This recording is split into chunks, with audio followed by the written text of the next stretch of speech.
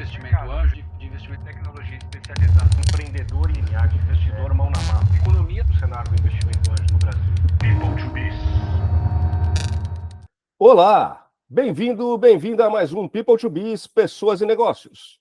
Você pode acompanhar nossas entrevistas pelo meu perfil no LinkedIn, Luiz Cláudio Alan, e nos canais da People to Biz no Spotify e aqui no YouTube. Ela teve uma carreira executiva de sucesso e, quando estava em uma grande empresa de telefonia, chegou a ser indicada como substituta do chefe, que estava abaixo apenas do CEO. Mas aí, sem qualquer explicação, ao invés de ser promovida, foi demitida. A demissão foi um choque que a levou para um outro caminho: ajudar mulheres a nunca mais passar por isso. Nossa entrevistada desta semana é Karina Forlenza, mentora e especialista em ascensão feminina.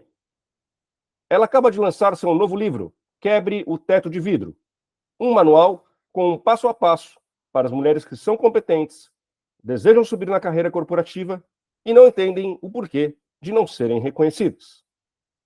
A obra deriva dos 25 anos da sua experiência no ambiente corporativo e de entrevistas feitas por ela com 253 mulheres de negócios de 5 países, que foram essenciais para a identificação dos obstáculos ocultos dentro das empresas, que, historicamente, impedem o avanço dessas mulheres ao topo.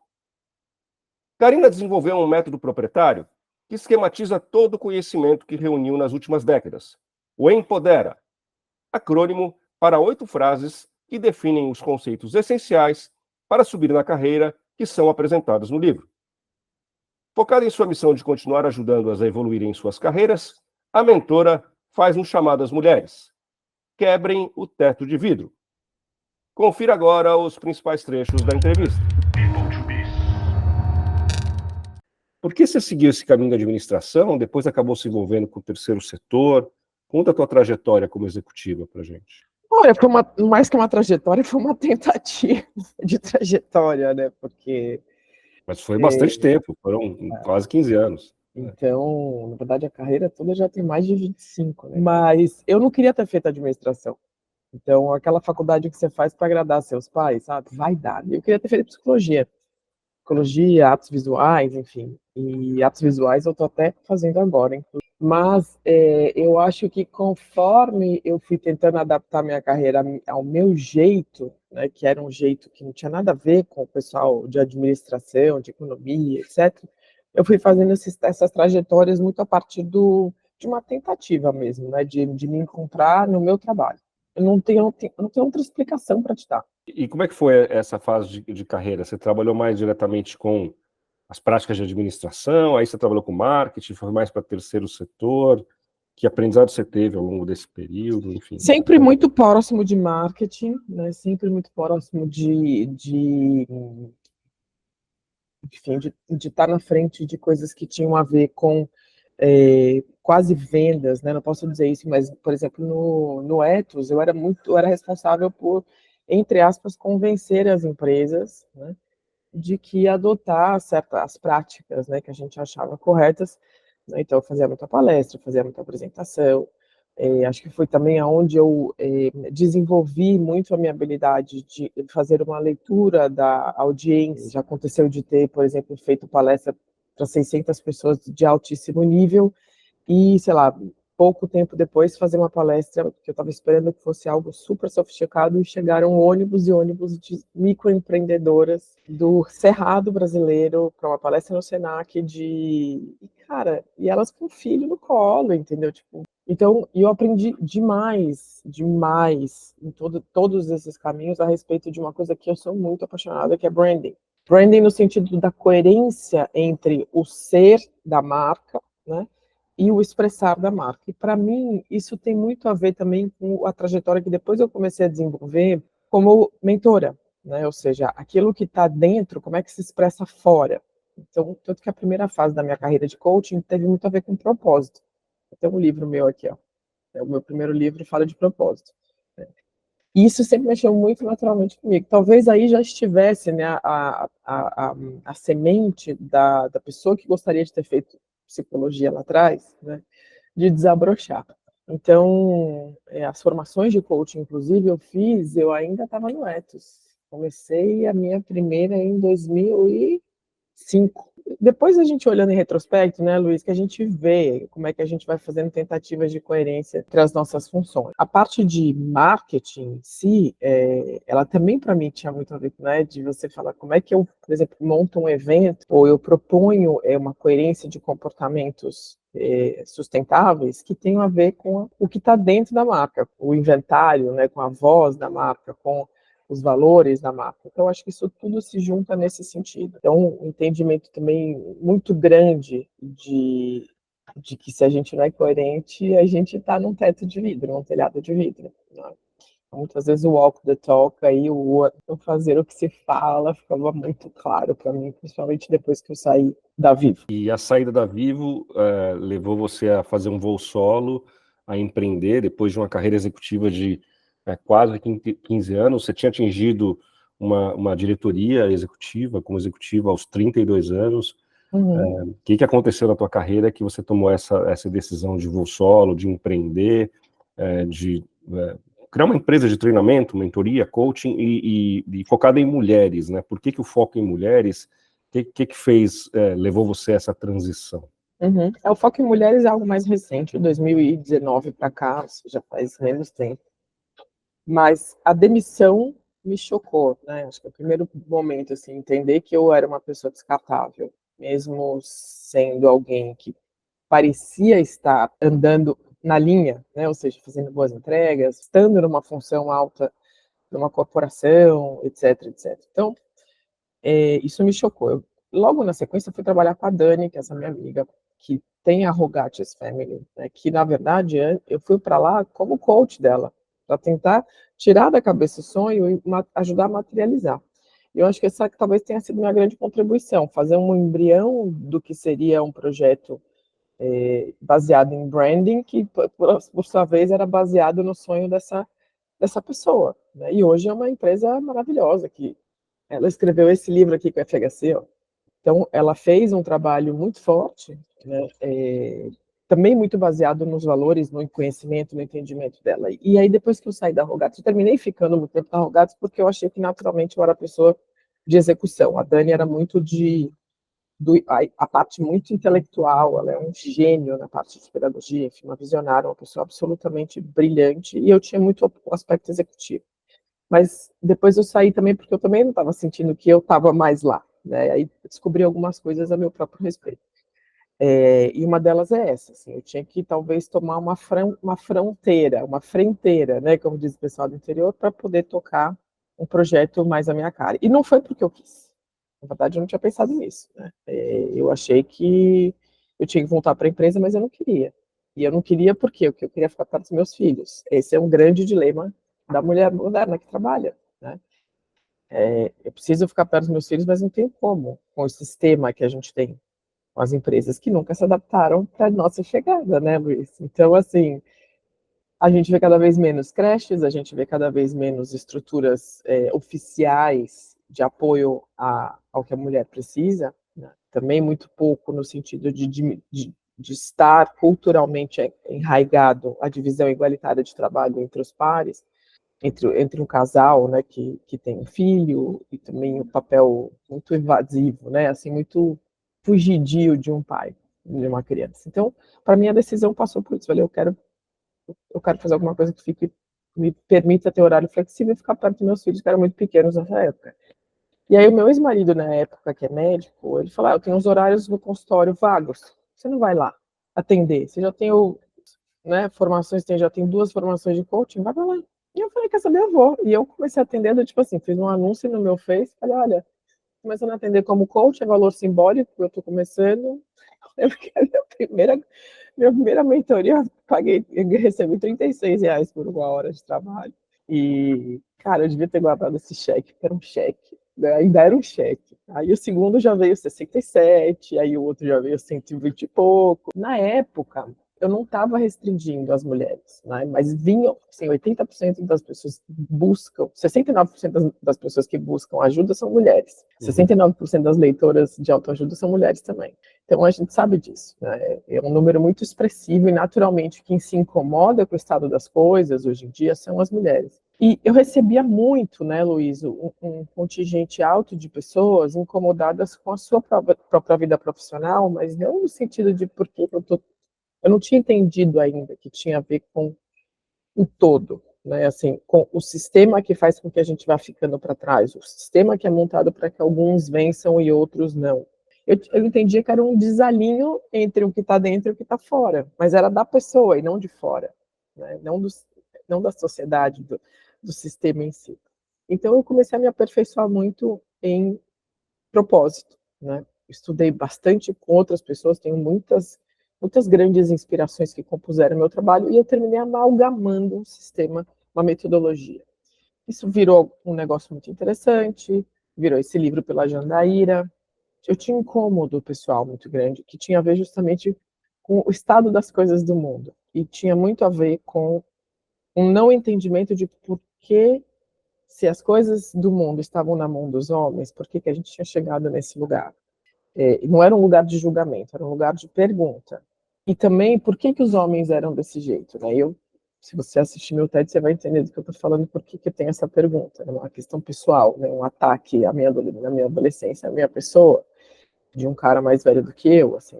Por que eles violentam? Por que eles abusam? Por que isso? Porque assim, não é todo homem, mas é sempre um homem.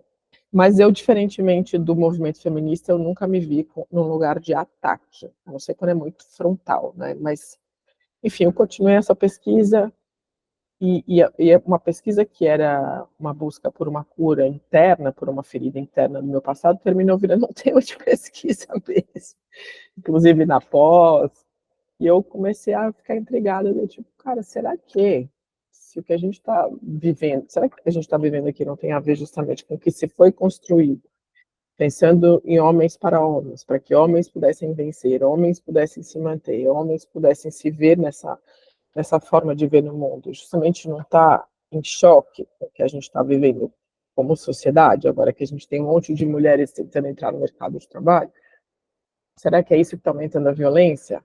Será que o nosso, né? Será que Simone de Beauvoir estava certa, digamos assim?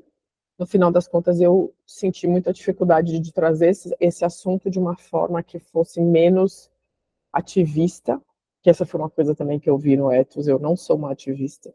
Assim, eu lembro do Oded Grajew falar assim, a gente não é funcionário, a gente é ativista. Eu falei assim, não, porque o cara que entrou veio trabalhar comigo, ele sabe a mesma coisa que eu, ele ganha mais do que eu. Então, não tem ativista, não vou engolir isso só porque eu sou ativista. Então, eu queria tentar trazer para dentro das empresas uma conversa que fosse mais fazedora de pontes, construidora de pontes, ao invés da gente, né, se chocar. Era bem na época da ascensão do novo feminismo no Brasil, né, com o Think Olga puxando algumas pautas, o assunto indo para a mídia e tal.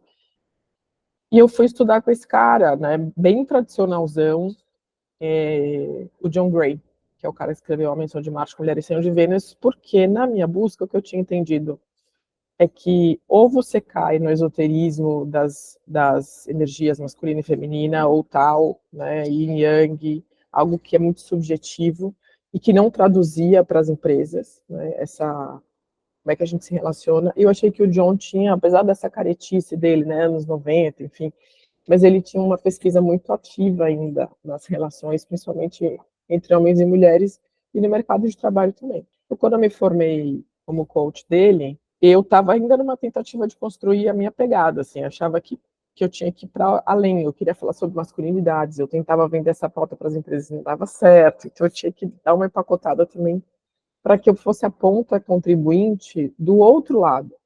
Do outro lado, no seguinte sentido, como é que as empresas estão falando de empoderamento feminino, de gênero, de raça, de deficiência, etc., mas a gente não está trabalhando com os caras. Os homens, branco, hétero, cis, esses caras precisam ser envolvidos. E não só no lugar de algozes, mas no lugar de escuta, no lugar de vem para dentro do debate, porque senão eles eram só os gargalos, né? A gente tem pesquisa, né, Luiz? A gente tem uma pesquisa da Boston Consulting Group que fala exatamente isso. A divisão, o gargalo do walk the talk, ou seja, você fazer com que o seu plano de diversidade e igualdade chegue na ponta, são os homens, brancos, héteros, cis, cristãos, que estão nas gerências das grandes empresas. Então, a gente pode atuar de duas maneiras, trazendo esses caras para continuarem fazendo o que eles sempre fazem, né, do jeito que eles sempre fazem, ou a gente cutuca esses caras de um jeito agressivo, ou a gente traz para dentro. E assim, a minha pegada não era uma pegada agressiva, eu achava que a gente tinha que ter diálogo. Tá? E por isso que eu fui buscar no John Gray essa resposta, porque ele é um dos poucos caras que tem um trabalho fundamentado, né, de muita experiência, que não era místico, digamos assim. E aí foi muito interessante, porque depois de um tempo que eu estava formada com ele, ele me chamou para ir com ele, dividir com ele o palco, num evento, num país árabe chamado Kuwait, para falar junto com ele, dividir o palco num evento sobre diversidade, num país árabe, imagina você. A chance de você ser apedrejada era grande. Não, depois eu descobri que não era bem assim, mas meu primeiro pensamento foi esse. Né? E além do que eu sou judia, então você imagina, né? Eu falei, meu Deus do céu. Falei, tem certeza que eu vou sair viva de lá? Ele falou, imagina. E ele me pediu para falar de uma coisa que não estava na minha pauta, que era sobre empoderamento feminino. Primeiro, não falava sobre isso, falar sobre isso num país árabe, eu sendo judia, o Irã estava meio estranho lá no Oriente Médio. Eu falei, cara, bom, ou eu vou e morro, ou eu vou e volto empoderadaça. Porque ele fez uma aposta maior do que eu em mim mesma. De chegar e falar, não, você sabe desse assunto, pode tocar. Eu não sei não, John, não sei nada não, você sabe, escreve aí, faz sua palestra, você vai arrasar. Não arrasei, porque foi uma das palestras mais difíceis que eu fiz na minha vida, um pessoal que não dá nada, total poker face. Mas eu descobri que é um país que, como viveu guerra há muito pouco tempo, eles não entregam nada. Né? Eles são completamente poker face. Uma das palestras mais difíceis que eu já dei, e também fui questionada, né, por aquelas pessoas que acham que mulher tem poder, mas é dentro de casa, umas conversas assim meio duras, mas foi um ahá, assim, um momento de, sabe, vislumbre, assim, que, puta, aqui foi o divisor de água. E é assim que eu entrei nesse universo, né, assim, muito por empurrão do que estava fora do que o que eu estava vendo dentro de mim como uma contribuidora. E aí eu comecei a investigar essa possibilidade de trabalhar mais com carreira feminina. O meu companheiro já tinha me falado isso muitos anos antes. Ele falou, meu, você tem que ajudar a mulherada nas empresas, todo mundo sofrendo. Pá. E eu queria não voltar para as empresas de jeito nenhum. Quero esse universo para mim. Mas foi assim que começou. E aí eu comecei a entender que eu tinha uma contribuição efetiva. Bom, e agora a gente está num momento assim que talvez seja bastante um milestone, né, bastante simbólico desse teu caminho, que é o lançamento do seu livro, que tem como título Quebre o Teto de Vidro. Uhum. Qual que é o propósito do livro? De que forma ele poderá ajudar as mulheres? Sim, é um livro que ele organiza e democratiza um conhecimento que não é só meu, óbvio, mas assim, a minha metodologia de trabalho que eu terminei criando, que eu acho que foi uma grande sacada, um grande insight mesmo, assim, baixei da nuvem divina e junto com as minhas experiências eu consegui montar uma metodologia que ajuda as mulheres em aspectos da carreira que geralmente são cegos, ou seja, são obstáculos bastante ocultos e que fazem com que a gente fique rodando em torno do próprio rabo, no sentido de não sermos reconhecidas ou sermos passadas para trás numa promoção, ou ganharmos mais tarefa ao invés de ganhar promoção quando a gente está fazendo algo muito bem, né? Ou seja, um não reconhecimento, a não promoção, o não aumento, etc.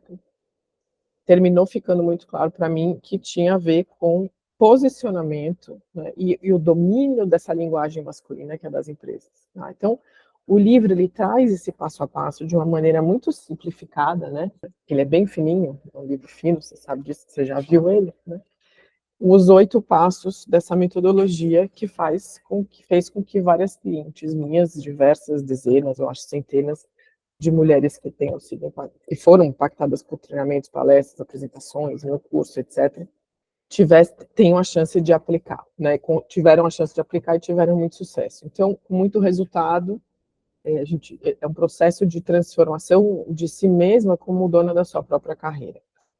um manual de carreira, para que a gente pare de achar que tem alguma coisa errada com a gente, e a gente passe a fazer aquilo que faz com que a gente seja vista, e não fique trabalhando mais, ou que fique buscando mais formações, ou MBAs, ou um monte de coisa que, na verdade, não ajudam a gente a resolver este grande problema, que é do reconhecimento das mulheres, que a gente não cresce, a gente se atrasa, a gente atrasa em média 7 a 8 anos com relação aos homens em termos de salário.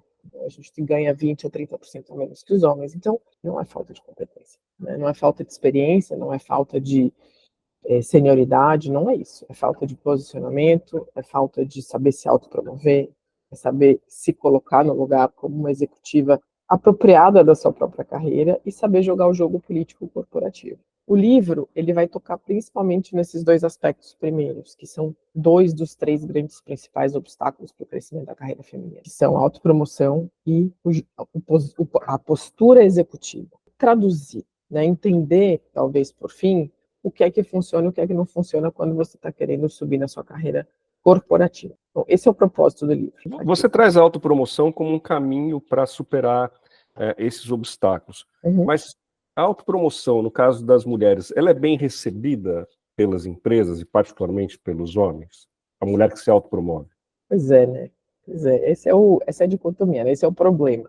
Se a gente não se promove, a gente é vista como júnior. Se a gente se promove, a gente é vista como arrogante. E aí, como é que E aí, isso? ou como você ou é arrogante, ou você está falando muito de si, enfim, arrogante, né? É impertinente. É o que eu chamo de estratégia de comunicação orgânica. Eu consegui destrinchar isso, sair desse, que eu chamo de, né, andar em cima do fio da faca, porque se você bobeia para um lado, você é uma coisa, você bobeia para um lado, você é outra coisa, que é o que a gente vive todos os dias nas empresas, de forma que não pareça que você está fazendo nenhuma estratégia de comunicação, para que você não caia nesse radar, né? Ela é arrogante ou ela é muito fraca. Mas tem uma forma, que aí sim, eu acho que é aí sim uma sacada minha, que não tem autoria de outro, não tem inspiração de outro autor, que se você não se promover, você fica para baixo do tapete, mas se você se promover também, então você tem que achar um lugar que é muito sutil e muito elegante, sabe, Luiz? É muito controlado, né? Assim, muito elegante nesse sentido de não parecer que você está fazendo autopromoção,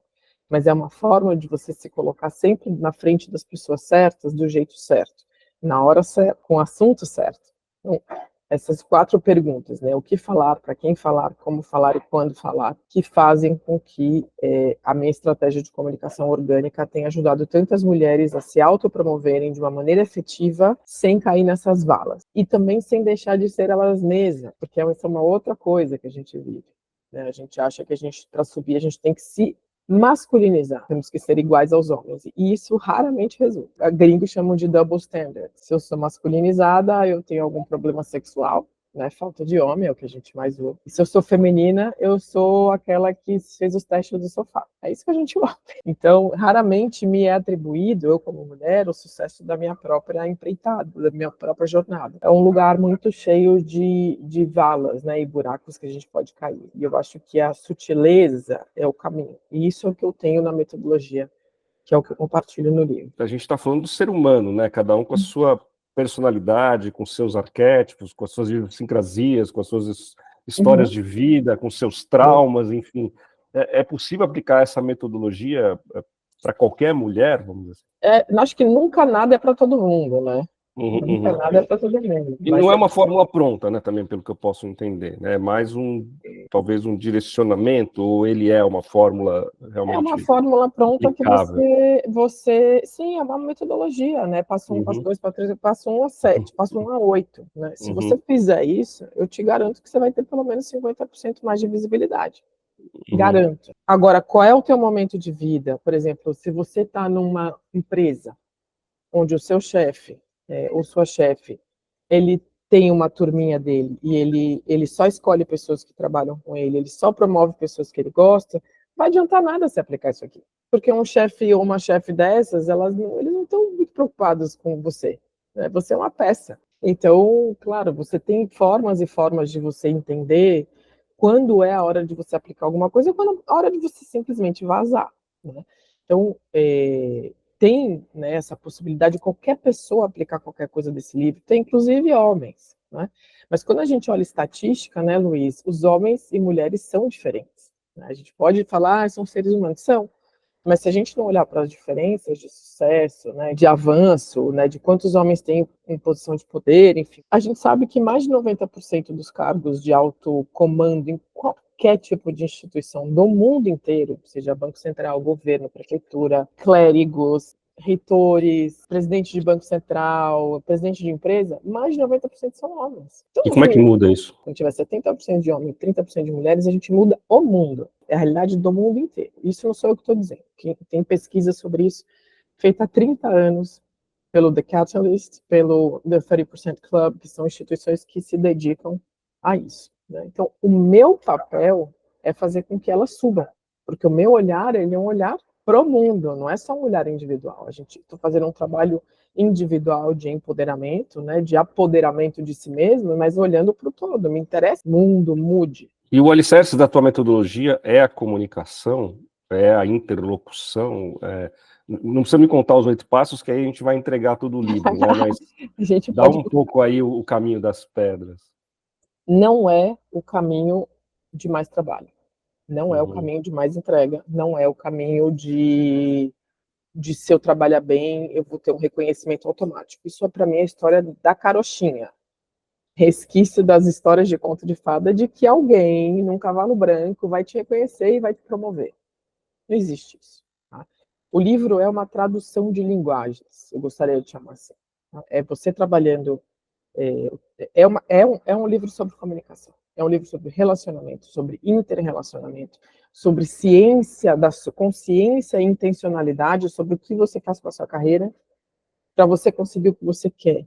E pare de achar que tem alguma coisa errada com você. Tá?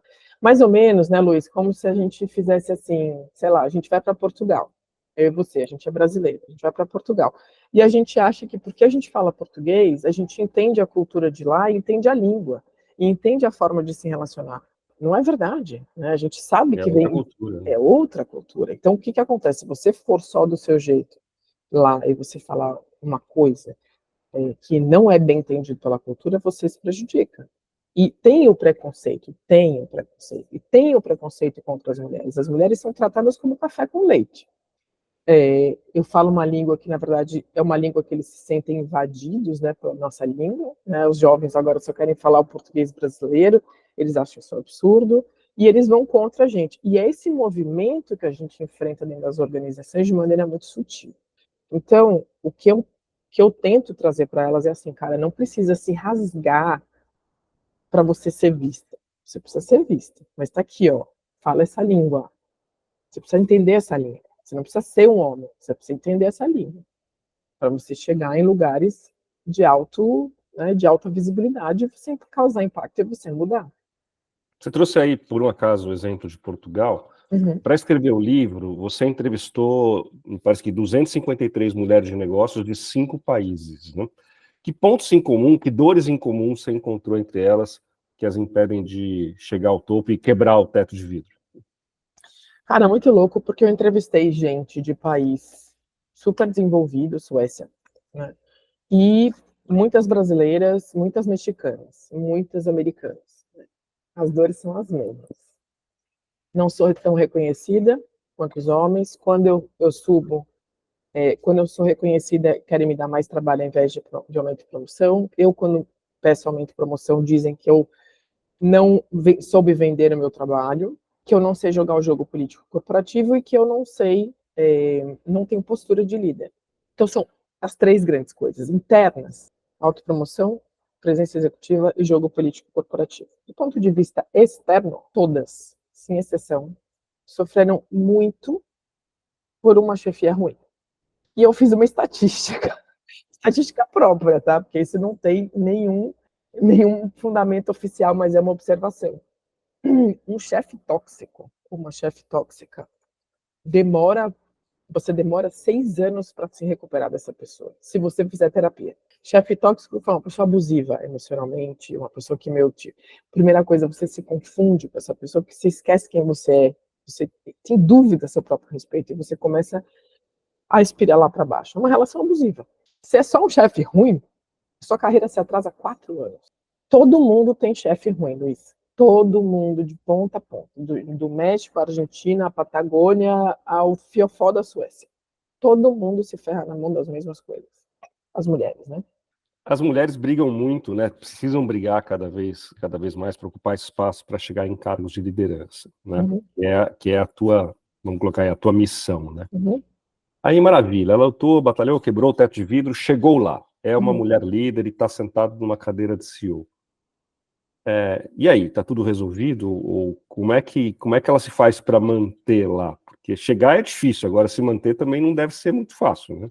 É quando a coisa piora, na verdade, um pouco, né? Piora. Inclusive porque ela tem liderado os homens e tem liderado as mulheres, Uhum. né? Eu não sei se tem alguma diferença aí quando uma mulher chega nessa posição de liderança entre chefiar homens e chefiar mulheres, se é o mesmo desafio, se é tão desafiante quanto.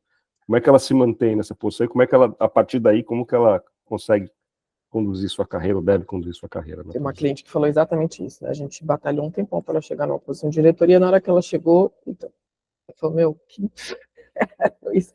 Mandaram o meu chefe embora, o chefe do meu chefe embora, todo o alicerce que a gente tinha construído para ela de rede de apoio saiu e ela agora responde para uma mulher que não tem a cultura da empresa, é super fria, enfim, tá super difícil para ela.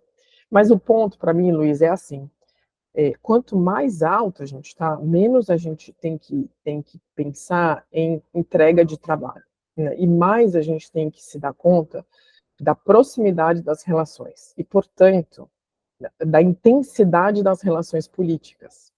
Quanto mais alto, mais politicagem, menos transparência. Né? Isso é o que a gente observa, né?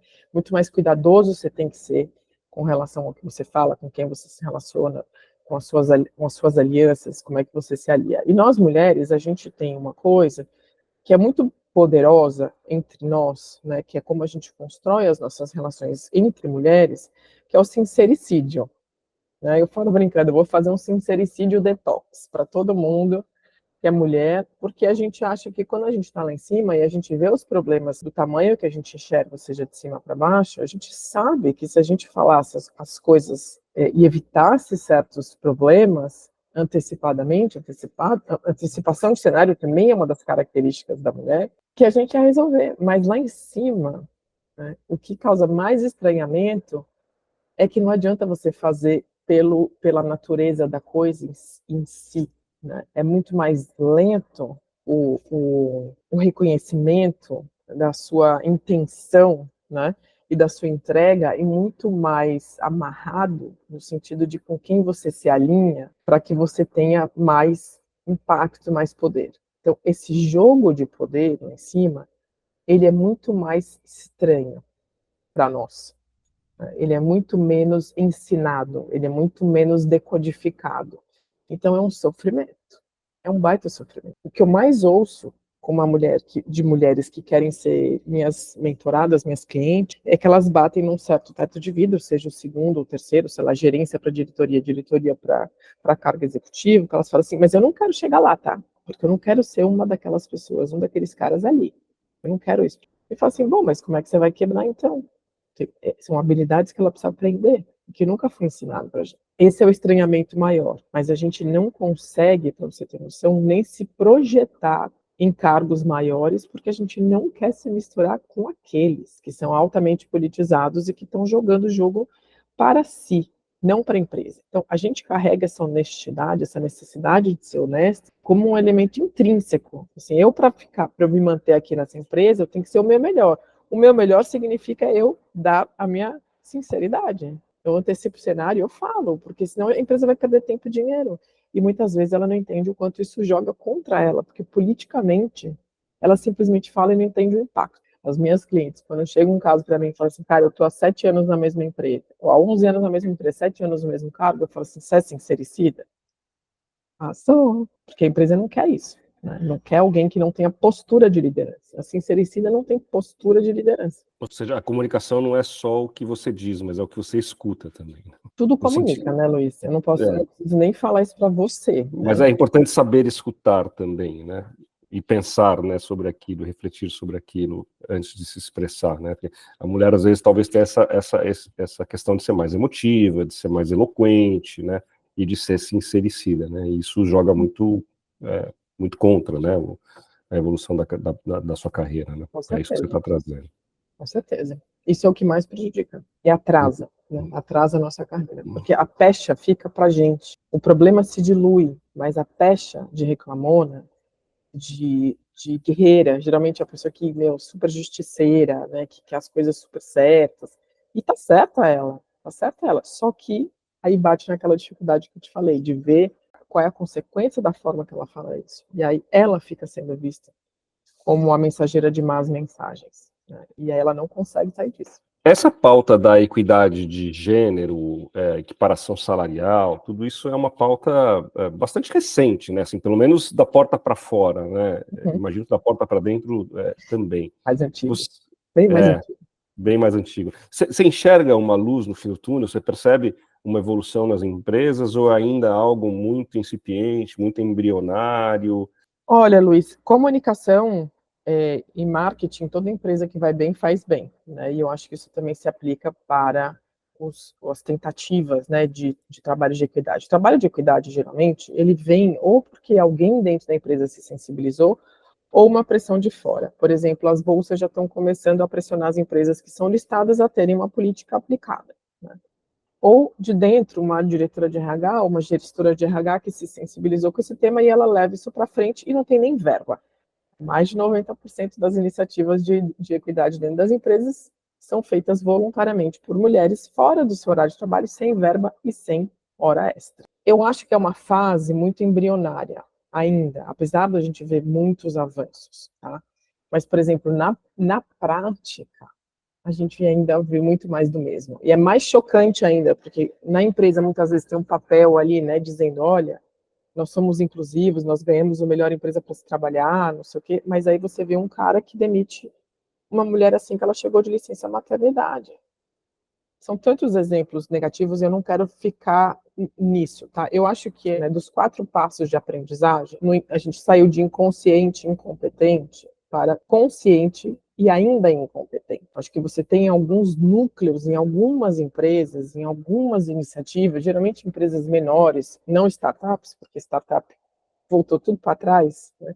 A cultura de startup é uma cultura super masculinizada, meritocrata, não tem nada a ver com o que a gente está falando de colaboração, né, de antecipação de cenário, um lugar onde você tem segurança psicológica. Tá? A gente vê bem o contrário. No dia a dia, no meu dia a dia, pelo menos, quem chega de startup já chega totalmente traumatizada, né?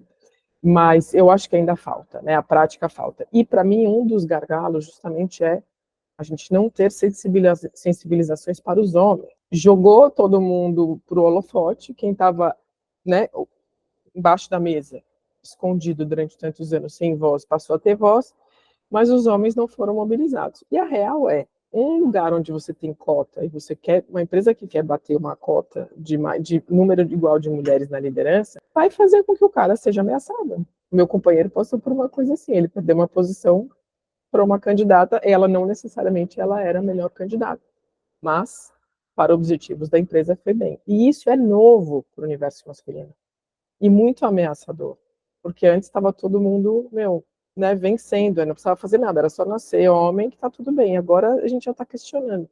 E minha observação pessoal é que não é à toa que a gente está vendo um recrudescimento na violência contra as mulheres, e cada vez mais os homens, cada vez mais red pill, mais caretas, né, assim, mais indo para o lado da família tradicional, um retorno para os valores, e as mulheres cada vez mais progressistas. É uma mudança de paradigma, né, não é uma era de mudança, é uma mudança de era. Então isso é muito ameaçador, né, é muito difícil para a gente, para os homens principalmente. Então a gente tem avanços, mas, por exemplo, na pandemia, que eu ia falar, os layoffs, né, as grandes demissões das empresas de tecnologia, etc., foram de mulheres. 70% de quem foi mandado embora foi mulher.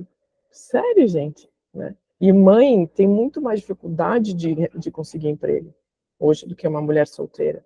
O que é isso? É pinkwashing? É marketing? É também, mas acho que também eu gostaria de acreditar que é o início de um caminho. É o início de um caminho. Eu não acho que vai ser fácil. A gente está avançando, mas tem uma frase da Simone de Beauvoir que é muito famosa, que ela fala exatamente disso, né? Não se acomode, digamos assim, não se iluda, que quando a gente avança, 2 passos, a gente é empurrado de volta para trás. Né?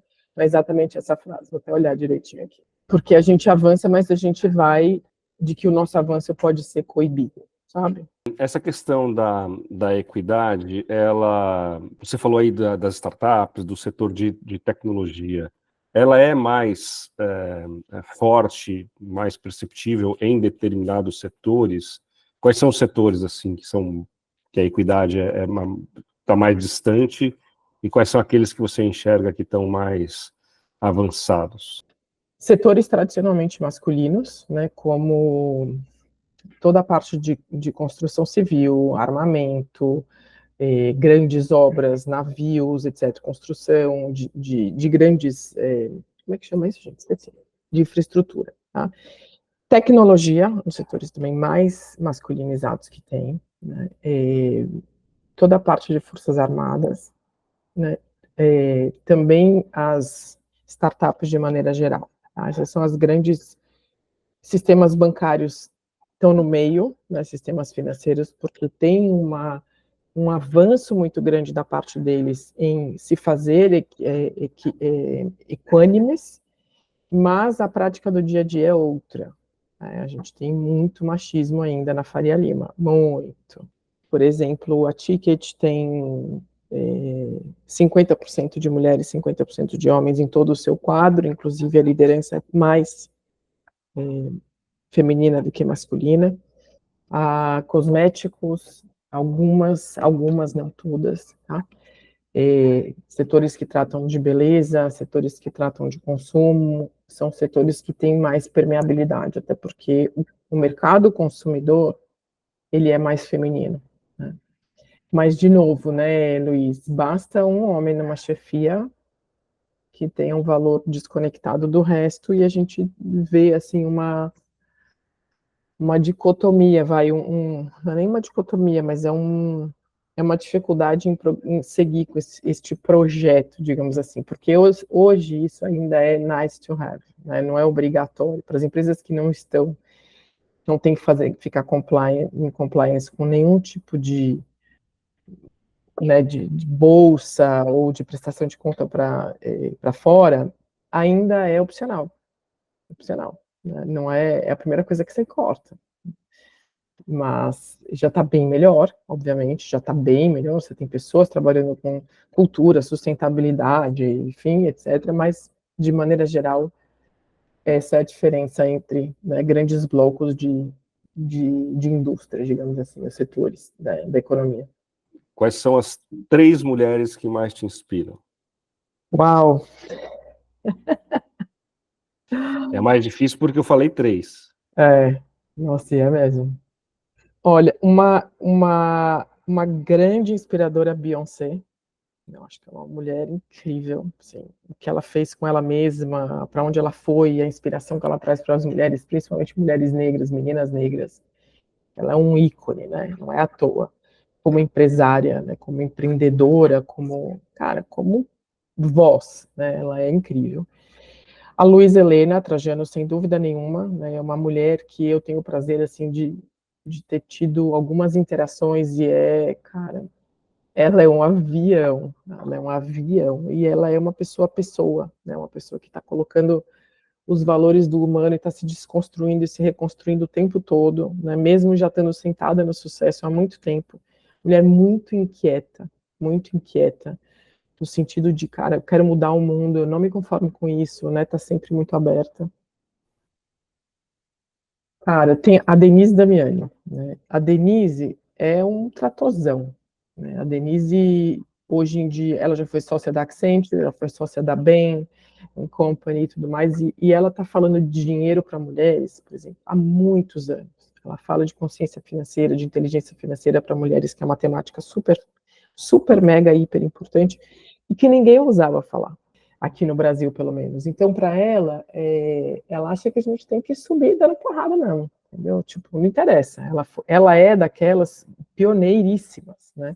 Mulheres que estavam, sei lá, ela é engenheira e estava trabalhando nessas grandes empresas de consultoria internacional e sendo a única mulher na sala. E aí, quando alguém falava alguma coisa, ela metia o pau, metia a bronca, ela não tem medo, sabe? E a Denise sempre me ensinou muito, e me ensinou também que mesmo ela sendo uma pessoa de muito sucesso, ela nunca deixou de ajudar, nunca deixou de me ajudar, nunca deixou de me dar toque, nunca deixou de abrir portas para mim, enfim, né? Ou seja, é a materialização da sororidade, por incrível que pareça, né? Ainda mais considerando que da onde ela vem, tudo que ela conseguiu, enfim, eu já vi outras mulheres no nível dela que não estão nem aí, sabe, assim, tipo, já aconteceu comigo, de eu marcar uma conversa com um mulherão desses aí de uma empresa, ainda trabalha numa empresa grande, a chefe chefona, diretorona, vice-presidente, sei lá do que, dessa área de diversidade, blá, blá, blá.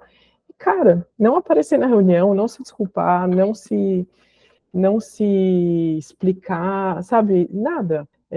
Assim como outras mulheres que estão nem aí, estão achando que o sucesso a gente faz sozinha e a gente comemora sozinha. Então, acho que essas 3 mulheres, assim, me ensinam todos os dias em como a gente pode ser diferente nesse mundo, né, a partir do nosso posicionamento, da nossa voz, da nossa coragem, né? Eu acho que isso é muito forte, muito forte.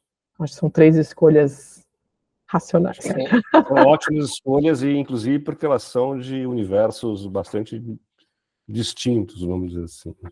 Muito legal. O livro também você recomenda que seja lido pelos homens? Sem dúvida. Não só por ter insights ali que podem servir, né? Tem muitos homens que são grandes sincericidas também, né? As empresas não são feitas para esses caras, não são feitas para os tímidos, não são feitas para os sincericidas, são feitas para um determinado tipo de homem subir, e a gente tem que quebrar isso para todo mundo, porque vai ficar melhor para todo mundo. Mas também para entender um pouco do que a gente vivencia. Tá? Em nenhum momento por eles vão se sentir atacados ali. Eu espero. Só vai mudar a cultura se você mudar a cabeça deles, né? Então, acho que é fundamental trazê-los para a mesa, né? Exatamente. Investimento anjo, de investimento em tecnologia especializada, empreendedor linear, investidor mão na massa. Economia do cenário do investimento anjo no Brasil. People to be.